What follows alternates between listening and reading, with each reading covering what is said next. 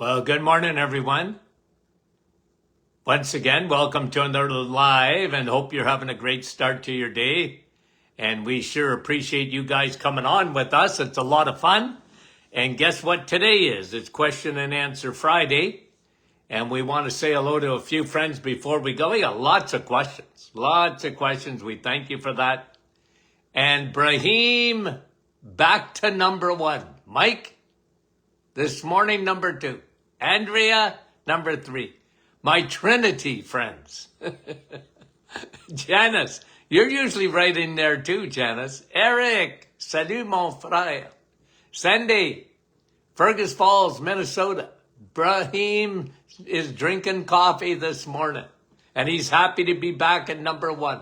Rosa, how are you from Montreal? Madeleine Kipawa, bonjour. Jocelyn, Sturgeon Falls. Bonjour. Kevin, Oshawa, good morning. Doc, McEwen, and they got some snow in Tennessee. Well, how do you like that? Nick from our staff, Judy, Tina from Nova Scotia, good morning. Marilyn from PEI, Fran from Orangeville. How are you, Fran? Chantal, Ottawa, Bruno, how are you? Cheryl from West Virginia. Sandy, how are you?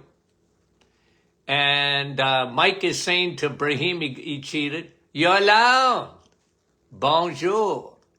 Grace, Janine, Grace is on the reset. Good for her. And Brahim saying, let's pray for California. Absolutely. Sandy, two Sandys in a row, for heaven's sakes. How do you like that? Linda, Uppsala. Georgie, Halifax, Nova Scotia. Wendy from Markham. Gary, wood stove still burning. Yeah, it's cold, isn't it? Brenda, Nellie. Janice says she starts shoveling. Thea, good morning. Monica from Granby, Quebec. Good morning. Bonnie, Little Britain. Carol, Mount Pearl, Newfoundland. Leela from Burner. And Lynn, bonjour. And is that Mara? It is. Mara from Windsor. Rosalinda, freezing in the clouds. Okay. Sharon from Kansas. And Catherine, Newfoundland. And you know what I missed? I didn't see that name. Sue, Bolton. And Sandy, 9 days of the reset. Yeah, I got a lot of people doing that. Norma, Wanda from Virginia, and Judy, 10 days reset. Good for you. Rita, okay. Diane, okay. Catherine, Parksville, British Columbia. Jude from Troy, New York. Maryland, okay. And Joanne from Eganville. I know where Eganville is. Deed, how are you? And Maureen, good morning. And Carol, a lot of people from West Virginia. And Melika. And everybody is so happy for people that are doing the reset. And it's, guys, a big change for you. I got this question asked. Sue asked, what's the best weight loss program? Okay, because somebody asked here about another one. I think it's called the Plexus. Weight loss program. Anyway, I'll get it for you after because it's probably down on my list here. But let me, guys, if you can put 4, okay? I used to do this with my patients. Okay? Because I wanted to explain when we had a weight loss clinic. I wanted people to understand. If you don't eat, you're going to lose weight. But that's not the key. Because you got to eat. Right? If you eat less and move more, that's the world's idea of weight loss. And it doesn't take into account any hormones. So let me tell you that it's not important to count calories. It's not. I never was big on that. I want you to get these 4 lines down. Okay? Line number 1. Okay? Line number 1. When insulin is secreted, okay? What's insulin's job? When it's secreted, okay? To take glucose and park it. Okay? And it's looking for, in your cells, to park sugar. Carbs turn to sugar rapidly. So the more carbs you're eating, the more insulin you're secreting. And insulin is a growth hormone. It's a fat storing hormone. Line number 1, when insulin is secreted, fat is stored. In fat cells especially. Okay? Number 1. Line number 2, when insulin levels drop, fat cells release fat. Get rid of it. Line number 2, when you can lower your insulin, you're lowering your fat. Because your fat cells will release. Yep. The third line is, what elevates your insulin? Carbohydrates. Okay? So, if it's not calories, because if you take calories and you're eating a steak, okay, probably got more calories than a chocolate bar. But there's a big difference inside your body on what happens then. You eat a steak and your insulin is looking at it like it's on the sidelines pretty well. Doesn't have much to do. It's the traffic cop sort of, there's no traffic today. But when you have a carbohydrate, a muffin, a bagel, whole wheat toast, well, the traffic cop, insulin's got to come in there because it's turning to sugar very rapidly. Oh, Dr. Martin, if I don't have my oatmeal in the morning, and oatmeal will drive sugar up crazy high. Well, now you need a lot of insulin. And what does insulin do? It takes that sugar and stores it as fat. Okay? So guys, this is why I tell you, when you do a weight loss program, okay? When you do a weight loss program, understand the only real good one is one where you deal with insulin. Now, I love dealing with insulin for a lot of reasons, and you guys know that. But I always said, but if you want healthy weight loss, eat the right fuel because it'll keep your insulin down. The fourth line is carbohydrates are driving insulin. Guys, you got to understand that. So when people ask me, look, a lot of people do the reset because they want to lose weight. Well, it's the best one to do because it's sustainable. You're not hungry. It's not calories. And guys, I want you to go to the gym. I want you to do vitamin E exercise. I want you to do that. But you can't out-exercise a bad diet. You can't out-supplement a bad diet. You just can't.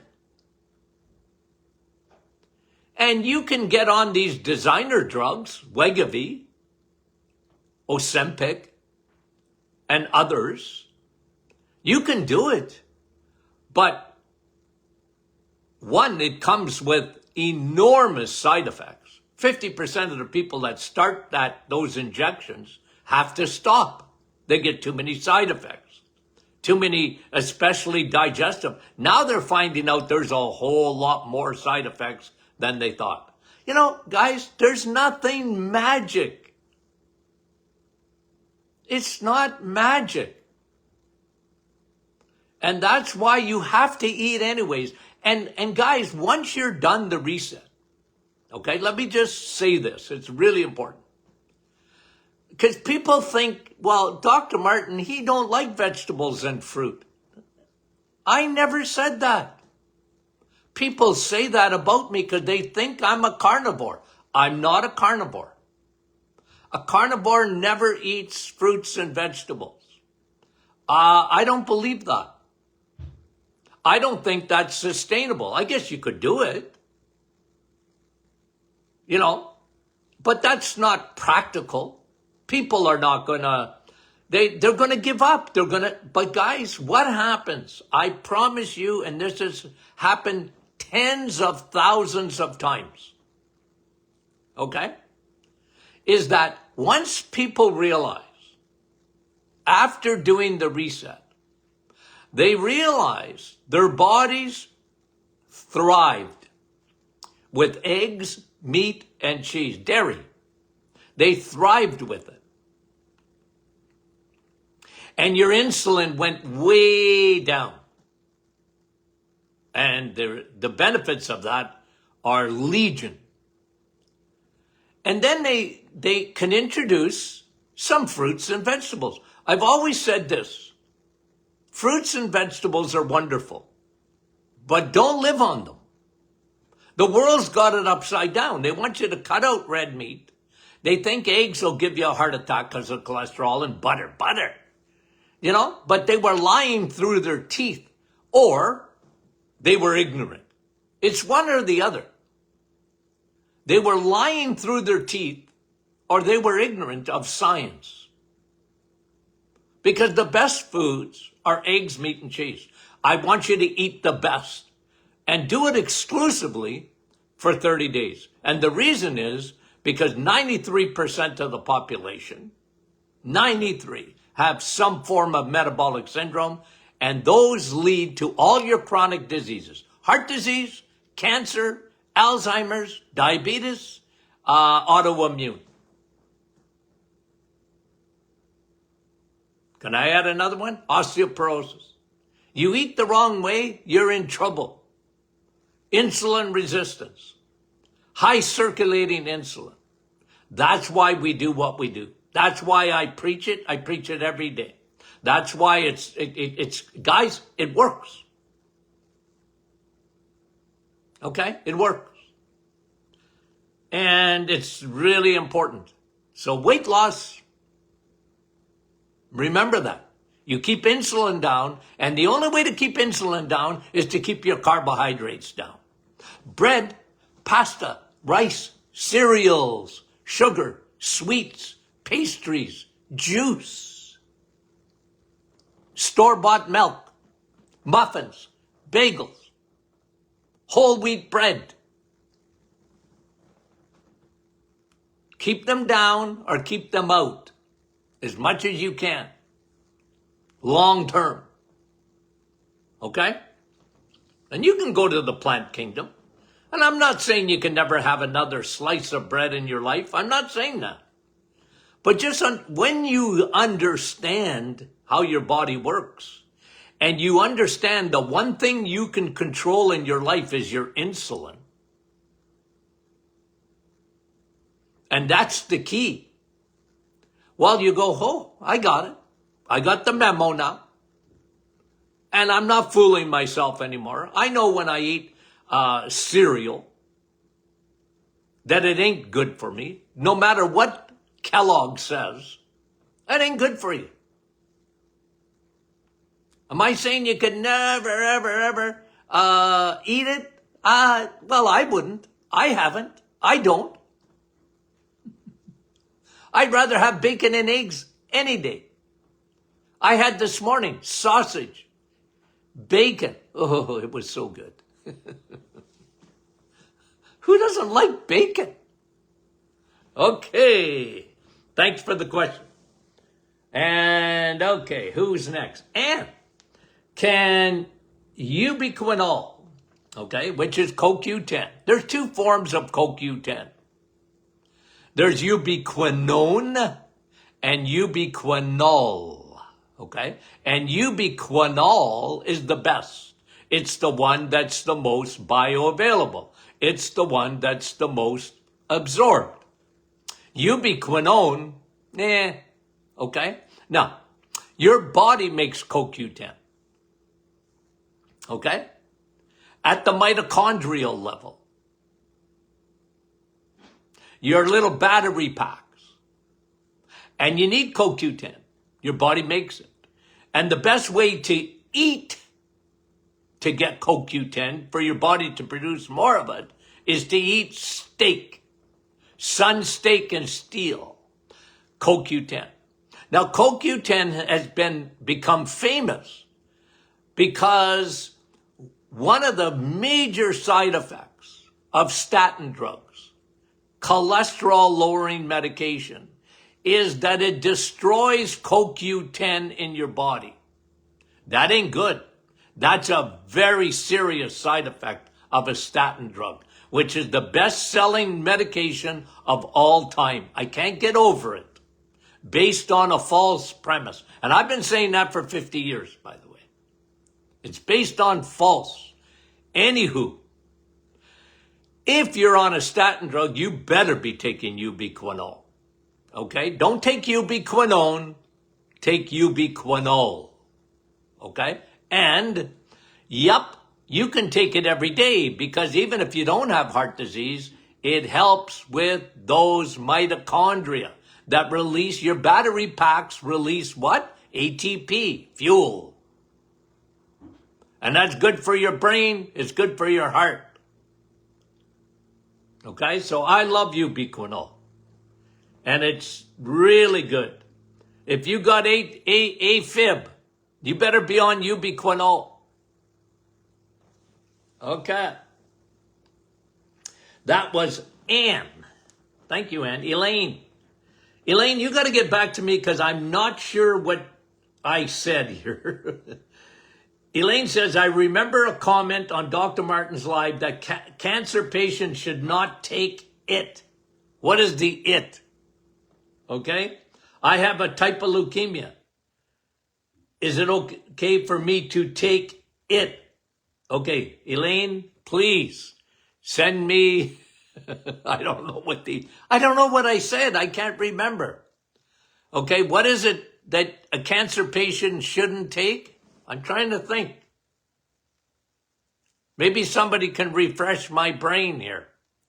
But if you would tell me, Elaine, what it is, okay, I'll get an answer to you. Cindy, if you're listening right now, scroll it to me. And then somebody else tell me too, okay? Because sometimes I can't read all the scrolls when it goes by. Okay, so Elaine will come back to what I said. I don't even remember. Sherry, I would like to hear Dr. Martin's thoughts on spirulina as a supplement. You know what, Sherry? It's been a long time. Everybody's saying on Elaine, I remember Dr. Martin's live that cancer patients should not take sugar. I guarantee you I said that. Okay? And is it okay for me to take? Well, you shouldn't have. Why do you need sugar, Elaine? If that's the question. Okay? And for sure, I've mentioned, well, because I might even have made a drawing of it somewhere. Okay? You know me and my art. I showed you a normal cell, and then I showed you a cancer cell, and it has 200 times more receptors for sugar, glucose. Cancer needs sugar, Elaine. Okay? It needs sugar. Don't give it any sugar at any time. You have leukemia? Why would you give it sugar? Okay, I know it's a different type of cancer, but it don't matter. You don't need sugar, by the way. Okay? If your body needs sugar, it'll turn steak into a sugar. Okay. Makes sense, Elaine, that was the question. Okay, back to Sherry as spirulina. Okay, so I've said this before, and I probably do it every Friday. Okay, when we have question and answer, Sherry. Because people ask me about a supplement. Okay? And that's good. I want you to ask. I really mean it. But I got to tell you that when I was in my radio days, okay, every week,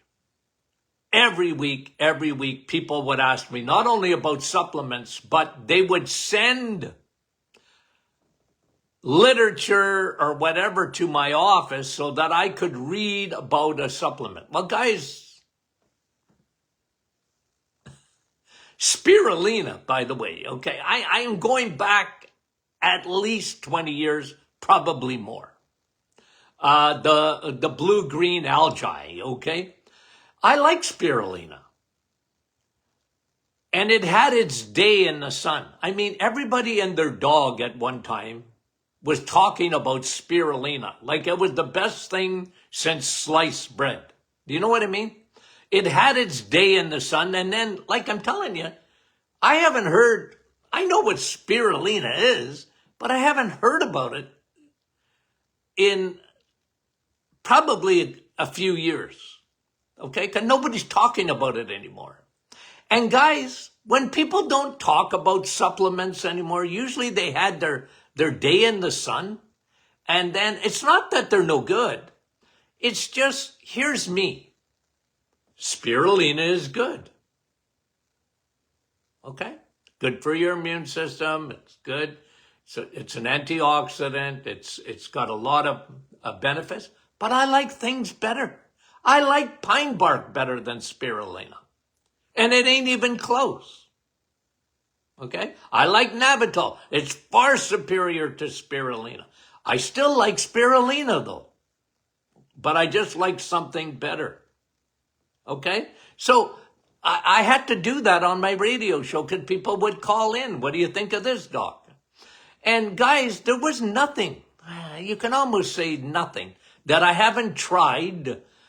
Patients haven't told me about. Look, we had a lot of clinical experience with different supplements and, things get hot and people say, holy moly, the greatest, this cures everything from coughs, colds to pimples on your nose. Okay? But if it didn't work, it didn't last. And I'm not saying spirulina, but I have hardly had anybody talk about it. But I like it. I do like spirulina. I just like stuff better than spirulina. Okay? So I'm glad you asked the question. It gives me a chance to explain again and again where I come from. Okay? That was Sherry. Barb. Barb had a urine test done and her pH was 7. Depends what time of the day. That don't bother me at all. Specific gravity was her leukocytes were high. That's what she's trying. Well, you know what leukocytes are? Those are white blood cells in your urine. That means that there was probably a bacteria present. A lot of doctors, and I really don't like this at all, will give a patient, based on a urine test, give a patient an antibiotic because they see that their leukocytes are high. Who cares? I don't care about that. Take a probiotic, never an antibiotic, unless you got a raging bladder infection. If you got severe pain upon urination, yeah, you might need an antibiotic. But otherwise, don't take an antibiotic because you are just developing, number one, a resistance to antibiotics. Every antibiotic you take, your body develops, those bacteria develop a resistance to it. And number two, whenever you take an antibiotic, you are wiping out all your good bacteria. Look, it does a job, but it kills all your good guys. It really does mess up your microbiome. And then it allows the Trojan horse to come in, and that is yeast, fungus. candida. And that becomes a big problem, especially in women, especially down in their private parts. And they don't realize it. They can get an interstitial cystitis. And that's fungal. There's a lot of inflammation that can form there. And they get a lot of trouble. And a woman's anatomy is different than a man's. A man can get problems with the bladder, but it's rare compared to a woman. Okay, so look, it's a good question.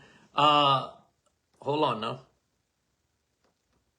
My stupid computer here, or my iPad. Her leukocytes. Okay, so that was Barb. Now, she had another question. Her potassium is high. Well, if you have high potassium, Barb, I got to ask you too many questions that you can't answer live. Okay, you got high potassium. Is your doctor concerned about that? Okay, because that's important. Because if it's high, usually it's because you're on a certain medication, usually, or you got kidney problems, and there would be other tests telling you that. So it could be because you have an infection, maybe low grade, and your potassium goes up. Okay, so I'm not sure without having the answer to those questions. Okay, thanks for the question, Bart. Okay, Rosa. Plantar fasciitis. Well, anytime you see an itis, you got inflammation, right? Plantar fasciitis. Here's me, and I believe I'm right on this, because why is there so much today? Not that look, plantar fasciitis has been around for as long as we've been walking, okay? But nothing like today. I mean it. It is such a common, even when I was in school, we learned about plantar fasciitis, but it was rare. But today, there are probably a couple of reasons, but the number one reason, in my opinion, is why there's so much plantar fasciitis. High insulin, high circulating insulin, insulin resistance. It's amazing how many people have found out when they lower their carbohydrates and cut out their sugars, how much better they do with plantar fasciitis. Not always, but very often. Okay? So, look, I mean, there's exercises to do, there's treatment to do, but I always tell people the best thing to start is get that insulin down. It's amazing. I did a whole seminar for the World Organization of Natural Medicine. I did a seminar and I talked about down root problems from sugar or high circulating insulin. And I took out an atlas of the human body, and I showed, I mean, it's almost everything gets affected. When your insulin is circulating and it's too high, and, you're a carboholic or a sugarholic, the downward effect of that. Because people think first of the pancreas, and that's true. And that's why we have so much pancreatic cancer today. And that's why we have so much pancreatitis today. Like, these things used to be very rare, but they're not anymore. Why? Because the world has changed. We're carboholics today. Okay? I was reading an article yesterday, 200 years ago. Okay? You know how much sugar we consumed a year? 2 pounds. 200 years ago. 1950s, 25 pounds. Okay? That's when I was born, in the 1950s. Okay? My kids, all 4 of my kids were born in the 70s. Now the world was up to 50 pounds. You know what it is today? 200 pounds. You think your body was made for that? No, it was never made for that. Your poor little pancreas was never made to be secreting insulin like that. And you have to understand something. Insulin has a job to do. If people insist on eating sugar and carbohydrates that turn to sugar rapidly, guess what? Insulin cannot allow sugar to stay in the bloodstream. And remember something that I've said for 50 years. Diabetes is the last thing to happen to a person, not the first. When you get the official diagnosis of diabetes, you've been a diabetic a long time. It's just that, you see, because today, what we do is we measure blood sugar. It's easy, right? Like people got these little pens, and they take their blood and they know instantly what their blood sugar is. Am I against that? No. But blood sugar, remember, your body knows how to regulate blood sugar. The key is what you're eating. And if your insulin goes up, and you're always secreting insulin, it'll control your blood sugar. It has to, until it can't anymore. And way before that happens, your cells at the cellular level say, insulin, I'm so sick of you. I hate your guts. You're always coming. You're always around my front door. You're always knocking at the door and saying, let sugar in. And I'm tired of it. I hate you. Go away. The problem is insulin doesn't go away because it says, well, look, Mr. and Mrs. Cell, you know the dummy you live in? They keep eating carbs. They keep eating, they drink juice. They think orange juice is good for them. Okay? And they've been lied to. So they have a muffin for breakfast or a bagel. But Dr. Martin's a whole wheat. But anyway, so insulin goes, well, if you have a bagel, I'm sorry, but I got Cell, Mr. and Mrs. Cell, I've got to come and knock on your door. Why? Because I can't allow sugar. You ate a bagel that turned to sugar rapidly. So I got to get sugar out because I can't allow it to stay in the bloodstream. Why? Because it's going to destroy blood vessels and rapidly. It starts its destruction almost immediately if I don't get it parked somewhere else. So, Mr. and Mrs. Cell, that's why I keep coming knocking at your door. Okay? Knock, knock, knock. I'm sorry. I hate to be a pest, but I can't allow sugar to stay in the bloodstream. Very tightly regulated. Okay? Can't even tell you why I went on that big rant. Okay, let's see. What else do we have here? That was Rosa. That was plantar fasciitis.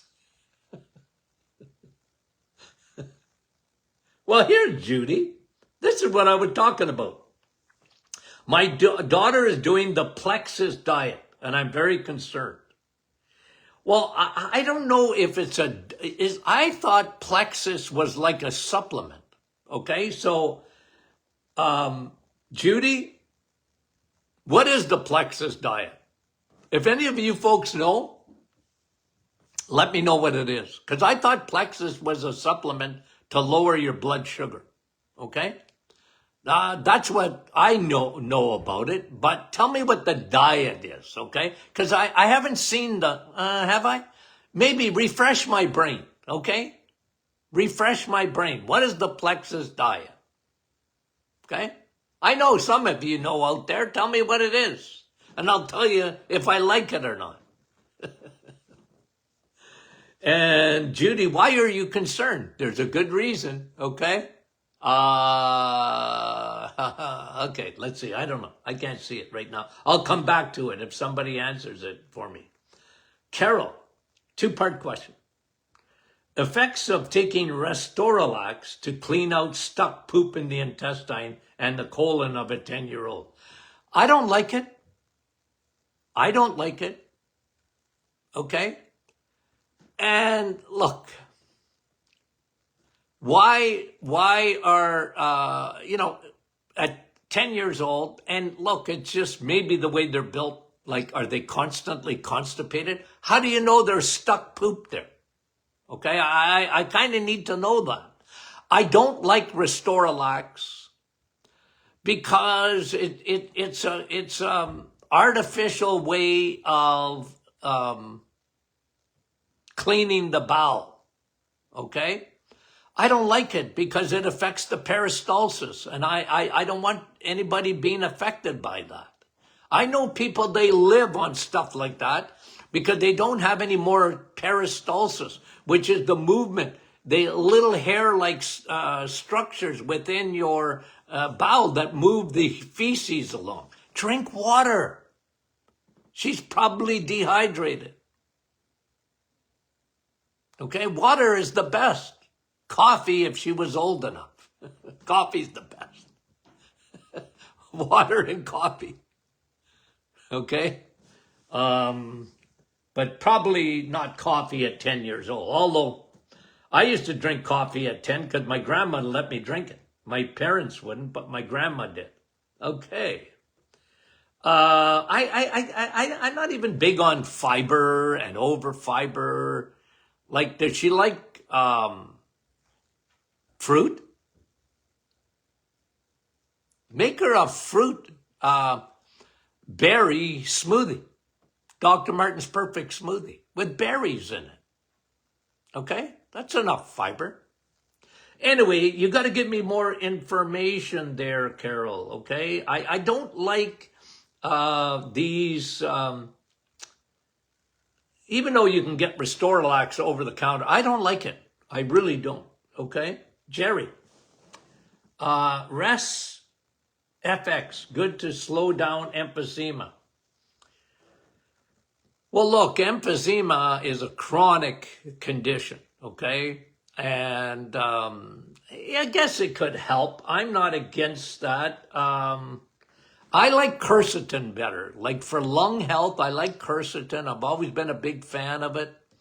I found that to be very effective. Probiotics are really, there are bacteria, like in friendly bacteria that live in the lungs that you want to increase the gut-lung connection. And I would be like with, especially with emphysema, I would be on high DHA because that oil lubricates. It lubricates the blood vessels in the lungs, okay? And that's what I would be more on that. Sherry, could Dr. Martin talk about familial hypercholesterolemia? Well, look, some people are built differently, got higher cholesterol than other people. I don't buy it. Any research that I've seen and done or looked at, familial hypercholesterolemia, well, so what? That don't make you more susceptible. You see, you have to go to the bottom line, okay? Does cholesterol cause heart disease? In my opinion, absolutely not. Only if it's low, okay? If it's low. Now, if that is your premise, that's my premise, then when I look at anything familial hypercholesterolemia, it's the way you're built, you make more cholesterol. I don't think you're any more susceptible to heart attacks. They'll scare the living life out of you because doctors for 50 years now or more, they've been trained that cholesterol is a boogeyman. It's the way they're trained. Is it hard to change them? It's almost impossible. Unfortunately, most physicians, they just don't keep up on the reading. So the only thing they read is what comes down from the medical journals, and the medical journals are bought and paid for by Big Pharma. So what do you see there? Well, you see the same old, same old. They don't talk about nutrition. They talk drugs. And you think that it's a medical doctor is under so much pressure to deal with cholesterol. As a matter of fact, in our province, they can lose their license if they don't deal with cholesterol. Their malpractice would be all over them, and the College of Physicians and Surgeons. It's hard to think outside the box. It's hard for them. They're under pressure. And so it's hard to change that. But I'm sorry. I never bought that cholesterol was a problem unless it's low. Because I was just basic physiology, basic biochemistry. Every cell in your body's got cholesterol. You know where you got the most cholesterol? It's in your brain. When does cholesterol become bad? It don't.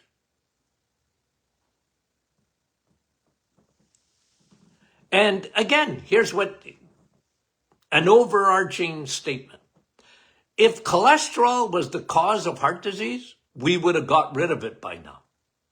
Why is heart disease the number one killer still in North America? And not getting better, getting worse, because we're looking for love in all the wrong places. If your premise is wrong, right? I'm telling you guys, the biggest driver of heart disease is insulin. It's metabolic syndrome. It's high circulating insulin. Sugar in the bloodstream. Ask any diabetic. Sugar in the bloodstream will destroy your blood vessels.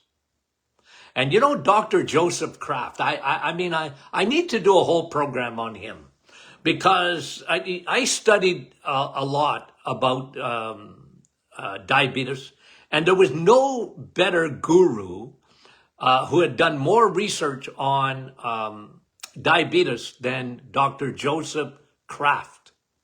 Like Kraft Dinner, except he wasn't the founder of Kraft Dinner, okay? His name was Dr. Kraft, and he was a genius.